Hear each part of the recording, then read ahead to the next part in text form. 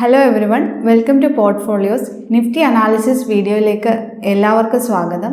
കഴിഞ്ഞ ആഴ്ചയിലെ overall performance നോക്കുകയാണെങ്കിൽ ഒരു ബിയറിഷ് ട്രെൻഡാണ് നമുക്ക് കാണാൻ സാധിക്കുന്നത്. കഴിഞ്ഞ ആഴ്ച നിഫ്റ്റി 25,450 എന്നുള്ള പോയിന്റിലാണ് വ്യാപാരം ആരംഭിച്ചത്. അതിനുശേഷം 25,548.7 എന്നുള്ള ലെവലിലേക്ക് പോയ ശേഷം വെള്ളിയാഴ്ച 25,149 എന്നുള്ള ലെവലിലാണ് വ്യാപാരം അവസാനിപ്പിച്ചത്. ഏകദേശം 300 പോയിന്റ് ഇടിവാണ് നിഫ്റ്റി രേഖപ്പെടുത്തിയിരിക്കുന്നത് ഈ ഒരാഴ്ചയിൽ. കൂടാതെ സെൻസെക്സ് ആണെങ്കിലും 1000 പോയിന്റിൻ്റെ ഇടിവ് രേഖപ്പെടുത്തിയിട്ടുണ്ട്. മിഡ് ക്യാപ് സ്മോൾ ക്യാപ് കമ്പനികളിലും ഒരു സെല്ലിംഗ് പ്രഷർ കാണാൻ സാധിക്കുന്നുണ്ട്.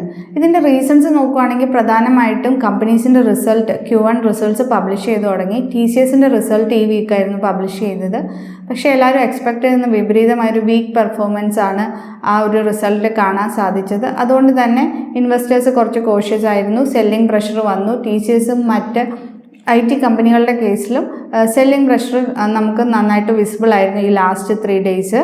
മറ്റൊരു റീസൺ എന്ന് പറഞ്ഞാൽ ട്രംപിൻ്റെ താരിഫ് പ്രഖ്യാപനമാണ്. ട്രംപ് കാനഡയുടെ മുകളിൽ ചുമത്തിയ താരിഫ് നമ്മൾ കണ്ടു. അതുകൊണ്ട് തന്നെ അതിൻ്റെ ഒരു ഇമ്പാക്റ്റും സ്റ്റോക്ക് മാർക്കറ്റിൽ കാണാൻ സാധിച്ചു. ഇനി നേട്ടമുണ്ടാക്കിയ സെക്ടേഴ്സ് നോക്കുകയാണെങ്കിൽ FMCG, പ്രൈവറ്റ് ബാങ്ക്, മീഡിയ ഇവയൊക്കെയാണ്. ഇനി നെക്സ്റ്റ് വീക്കിലെ സപ്പോർട്ട് ആൻഡ് റെസിസ്റ്റൻസ് ലെവൽ നമ്മൾ നിഫ്റ്റിയുടെ പരിശോധിക്കുമ്പോൾ നിഫ്റ്റി ഇപ്പോൾ ക്ലോസ് ചെയ്തിരിക്കുന്നത് 25,149 എന്നുള്ളൊരു സപ്പോർട്ട് ലെവലിലാണ്. നെക്സ്റ്റ് സപ്പോർട്ട് ലെവൽ എന്ന് പറയുന്നത് 24,800 ആണ്. അതിന് താഴെ 24,500 എന്നൊരു സപ്പോർട്ട് ലെവലുമുണ്ട്. ഇനി റെസിസ്റ്റൻസിൻ്റെ കേസ് പറയുവാണെങ്കിൽ നെക്സ്റ്റ് റെസിസ്റ്റൻസ് വരുന്നത് 25,300 മുതൽ 25,350 വരെയാണ്.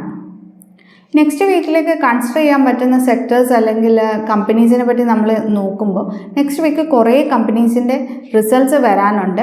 അതിൽ ചൊവ്വാഴ്ച HDFC ലൈഫ്, ICICI Prudential അങ്ങനെ കുറേ ഇൻഷുറൻസ് കമ്പനികളുടെ റിസൾട്ട്സ് പബ്ലിഷ് ചെയ്യുന്നുണ്ട്. മാർക്കറ്റ് വോളറ്റൈൽ ആയതുകൊണ്ട് തന്നെ നിങ്ങൾ കുറച്ചുകൂടെ കോഷ്യസ് ആവണം.